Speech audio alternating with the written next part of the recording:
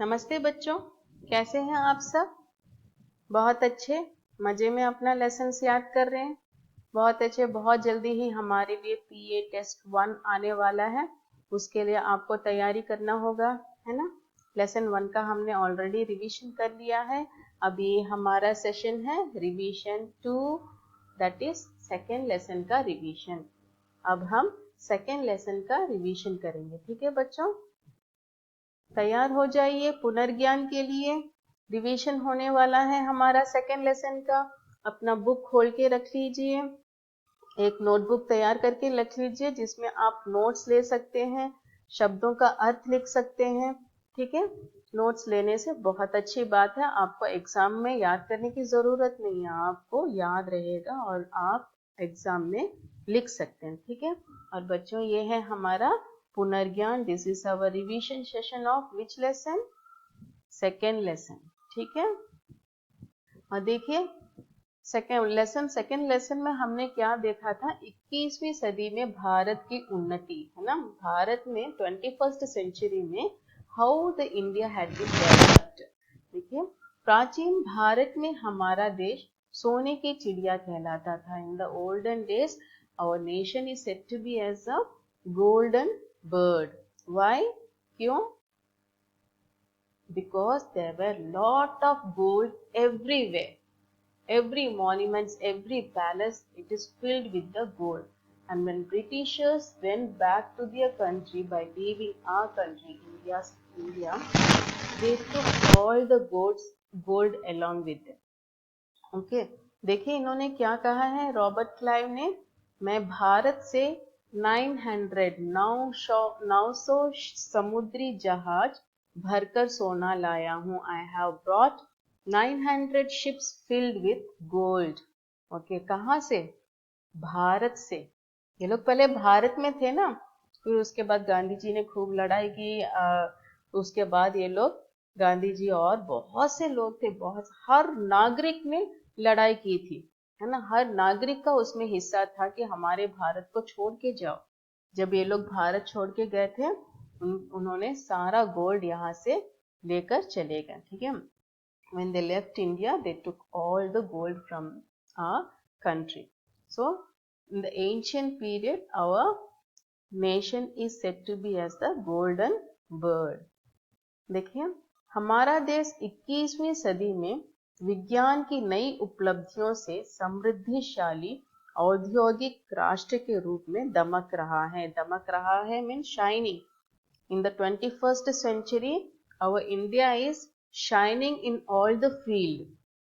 Okay, Bharat में 18 मई 1974 को विज्ञान के क्षेत्र में एक नया इतिहास रचा गया। In the field of the science, विज्ञान के क्षेत्र में, in the field of science, there came India's name in history. इतिहास means history. In history, India's name was written. Why? क्यों? क्योंकि हमने उस दिन 21वीं सदी में क्या किया था? पहला भूमिगत परमाणु परीक्षण किया था। पहला भूमिगत परमाणु परीक्षण किया था। The first nuclear test had been held in our country in 21st century. और देखिए कब हुआ था ये? 18 मई 1974 को। कब हुआ था? 18 मई 1974 को। ठीक है, और देखिए ये है, इस दिन पोखरान में पहला भूमिगत परीक्षण किया गया और उसका नाम रखा गया Pokhran 1। The name given to that test was Pokhran 1। ठीक है, और देखिए the second test, we made the second test when, कब किया था हमने? 11 मई 1998 को। सही, देखा, 11 मई 1998 को हमने सेकेंड टेस्ट किया था, दूसरा भूमिगत परमाणु परीक्षण किया था। देखिए सेकेंड परीक्षण का सारा डिटेल्स यहाँ पर रखा हुआ है, और ये हमारे अब्दुल कलाम भी साथ में थे। ठीक है, फिर उसके बाद क्या हुआ? उस दूसरे परीक्षण के समय ना, सारे जो डेवलप्ड कंट्री थे, उन्होंने सब कंप्लेन करने लगे कि इंडिया को ऐसा टेस्ट नहीं करना चाहिए करके। तो अभी तक हमने उस कागजात पर हस्ताक्षर नहीं किया। देखा, हमने न्यूक्लियर टेस्ट नहीं करेंगे करके, we have not accept that, okay, we have not signed in that paper also. ठीक है। सो पहला परीक्षण कब हुआ था? देखिए, पहला परीक्षण हुआ था हमारा 18 मई 1974 को, और दूसरा परीक्षण कब हुआ था? 11 मई 1998 को, और इसका नाम रखा गया पोखरान 2। इसका नाम पोखरान 2 रखा गया था। ठीक है। अब हमने और कौन कौन से क्षेत्र में उन्नति की है? In which and all place we have developed. Okay, तकनीकी क्षेत्र, टेक्नोलॉजी क्षेत्र, technology, the place of the technology we have developed a lot. सुई से लेकर, in before and all, for some of the things we have to depend on other countries. Okay, we have to buy from the other countries some materials, but now India has developed a lot so that it can produce its own products. India can produce its own products. That machines and all we have. Okay. सुई से लेकर, सुई means needle, ये देखिए सुई, सुई means needle, from the needle to the heaviest rockets. This is the heaviest rocket. Okay, we can produce in our India itself. Otherwise we have to depend on other countries, है ना, तो हमें उन्हें पैसा भी देना पड़ेगा. But now India is not like that. It has developed a lot that it can produce its own. From the needle to the highest rocket, we can produce our materials own. Okay, ये है तकनीकी क्षेत्र, technology, in the field of the technology क्षेत्र, field. ठीक है. और ये देखिए, ये हमारा कौन सा फील्ड है? खेती का. ये हमारा खेती का फील्ड है, फार्मिंग का. फार्मिंग में हमने बहुत सारे डेवलप कर लिए हैं. किसानों के लिए हमने बहुत सारे स्कीम्स ओपन किया हुआ है. उनके लिए बैंक में देखा तो बहुत लो इंटरेस्ट में पैसा दिया जाता है. खेतों के लिए फ्रीली सीड्स दिए जाते हैं, फ्री सीड्स दिए जाते हैं, और भी बहुत सारे स्कीम्स है जो किसानों के लिए बहुत लाभदायक हैं. हर किसानों को हम अभी इंटरनेशनल लेवल तक हम ले जा रहे हैं. और छोटे छोटे जो किसान हैं गांवों में, जो अनाज उत्पन्न करते हैं या तरकारी उत्पन्न करते हैं, उन्हें भी हमारे गवर्नमेंट ने ऐसा स्कीम दिया हुआ है जो इंटरनेशनल लेवल तक जा सकते हैं. ठीक है बच्चों, समझ में आ रहा है आपको? The farmers can go up to the international level. Okay, even the small farmers, देखिए ये है small farmers agri business consortium. इसमें ऐसे स्कीम में छोटे छोटे किसान, small farmers also will be taken to the up to the international level, and there is a lot of tools development also. Okay, पहले सब गायों को रख के किसान जोतते थे, बट अभी आके देखिए बड़े बड़े ट्रैक्टर्स आ गए हैं, एक ही दिन में सारा काम करके चले जाते हैं ना. And one day it will complete all the work, the very big tools. Okay, जो काम 20 दिनों में होता था आज एक ही दिन में हो जा रहा है. ये है डेवलपमेंट हमारे फार्मिंग में. अब देखिए, हरित क्रांति का भी इसमें बहुत बड़ा हाथ है. ग्रीन रेवोल्यूशन में ऐसा बहुत सारे स्कीम है जो किसानों के लिए बहुत लाभदायक है. Green Revolution have a many schemes so that it is very useful to the farmers. ठीक है बच्चों. शिक्षा के क्षेत्र में तो हमने बहुत बड़ा डेवलप करके रखा हुआ है ना. In the field of the education we have developed a lot. प्रौढ़ शिक्षा दिया हुआ है, लड़कियों के लिए शिक्षा अलग दी है, छोटे छोटे बच्चों up to the 8th standard there is no failing schemes. We have given a lot of chances to children to come and learn, even for the girl children.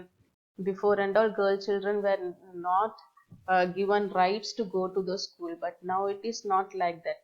Government has given all the schemes, all the facilities to girls to come up in their life. बहुत सारे scheme बना के रखे हुए हैं. देखिए, सर्व शिक्षा अभियान है. सर्व शिक्षा अभियान में From the first standard to 8th standard, every child has to learn compulsory. Okay. और ये देखिए Kanya Utthan, in the field of development, develop the women. छोटे बच्चों से लेकर कॉलेज तक जाने के लिए इनके लिए स्कॉलरशिप हैं, बहुत सारे अमाउंट्स इनके ये रिक्वायर कर सकते हैं, इसका यूज कर सकते हैं और अपने कॉलेज स्टडीज तक ये जा सकती हैं. ठीक है, ये है शिक्षा के क्षेत्र में हमारी उन्नति. अगर हमें इन सभी को देखिए, हमारा भारत तो बहुत अच्छी तरह से उन्नति कर रही है, लेकिन there are some problems which makes the India to go back. Okay, what are the problems? भ्रष्टाचार, taking bribes, ना bribes लेना, और लड़कियों पर हाथ उठाना, there is no respect to the women. These problems are creating in such a way that our India is going back. To bring the India as a Mahashakti Pratik, Mahashaktishali, a very high Shaktishali, to bring India, what we have to do? We have a very big responsibilities in that. What are the responsibilities? कैसे करेंगे हम? वनों को नहीं काटेंगे, not cutting the jungle, forest. भ्रष्टाचार, भ्रष्टाचार रूपी समस्याओं को जड़ से उखाड़ फेंकेंगे. भ्रष्टाचार means taking a money for doing anything. We are giving money, isn't it? In the government centers and all, they are taking money to complete our work. These types of the भ्रष्टाचार we have to remove from our country. Then बढ़ती हुई आबादी, the increasing in the population, increasing in the population, that we have to stop. Then वैज्ञानिक उपलब्धियों का सदुपयोग, to make a correct use of the implements, what the scientific implements, that is like mobiles or laptops. You are all learning now with the help of the mobiles and laptops and all, that you have to make it in a correct way, correct use of that system. Okay, if we are going in a bad way, we cannot learn, we cannot come up in our life. We are the citizens of India. You are all the backbone of our India. So make use of the system in a proper way. Okay, by making a system in a proper way, scientific inventions in a proper way, we can develop a lot and bring our India to the highest position.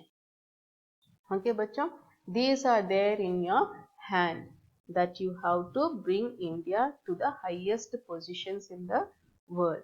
ठीक है, महाशक्ति का प्रतीक बनेगा 21वीं सदी का भारत. 21वीं सदी, the 21st India, so 21st century India will become a महाशक्ति country in the world. ठीक है बच्चों, ये था छोटा सा रिवीजन हमारा. अब हम शब्दार्थ में चलते हैं. देखिए, दृढ़ विश्वास, दृढ़ विश्वास का मतलब क्या है? रेजोल्यूशन. हर साल हम लोग रेजोल्यूशन लेते हैं, लेकिन उसे कंप्लीट करते हैं कि नहीं पता नहीं, है ना. दृढ़ विश्वास, resolution, we have to follow that, we should have to follow that. What and all resolutions we are taking, we should have to follow it. Okay. Then तकनीकी, तकनीकी मीन्स टेक्नोलॉजिकल, तकनीकी, टेक्नोलॉजिकल. बाढ़, फ्लड, बाढ़, flood. आप भी मेरे साथ कहिए. शैक्षिक, एजुकेशनल, शैक्षिक, एजुकेशनल. प्रमाण, प्रूफ, प्रमाण, प्रूफ. हरित क्रांति, ग्रीन रेवोल्यूशन, हरित क्रांति, ग्रीन रेवोल्यूशन. उपलब्धियां, अचीवमेंट्स, उपलब्धियां, अचीवमेंट्स. औद्योगिक, इंडस्ट्रियल, औद्योगिक, इंडस्ट्रियल.